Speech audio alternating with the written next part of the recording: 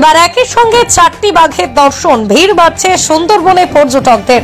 বাঘ দর্শনের আশাতেই প্রতি বছর লক্ষ লক্ষ পর্যটক আসে সুন্দরবন বেড়াতে।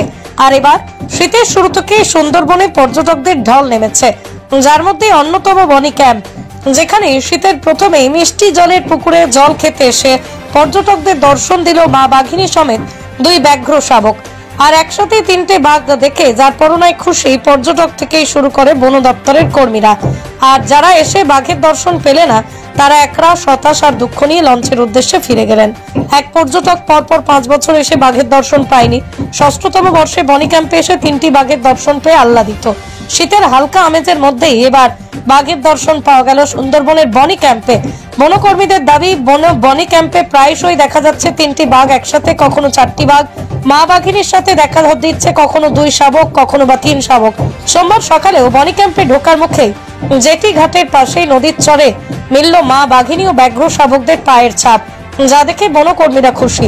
আর বারবার বাঘের দর্শন পাওয়ায় পর্যটকরাও খুশি। শাবকদের এবং বাঘিনী দর্শন পাওয়ায় সুন্দরবনের বনি ক্যাম্পে এবার পর্যটকদের রেকর্ড ভিড় হবে। পাশাপাশি তারা এটাও জানাচ্ছেন যে তারা জীবনে প্রথমবার একসাথে বাঘিনী এবং 3টি বাঘের দেখা পেয়েছেন, যা এক কথায় অভূতপূর্ব, অকল্পনীয়। এবার একই সঙ্গে 4টি বাঘের দর্শন, ভিড় বাড়ছে সুন্দরবনে পর্যটকদের। বাঘ দর্শনের আশাতেই প্রতি বছর লক্ষ লক্ষ পর্যটক আসে সুন্দরবন বেড়াতে। আর এবার শীতের শুরু থেকে সুন্দরবনে পর্যটকদের ঢল নেমেছে, যার মধ্যে অন্যতম বনি ক্যাম্প, যেখানে শীতের প্রথমেই মিষ্টি জলের পুকুরে জল খেতে এসে পর্যটকদের দর্শন দিল মা বাঘিনী সমেত 2 ব্যাঘ্র শাবক। আর একসাথে 3টে বাঘ দেখে যার পরনায় খুশি পর্যটক থেকেই শুরু করে বন দপ্তরের কর্মীরা।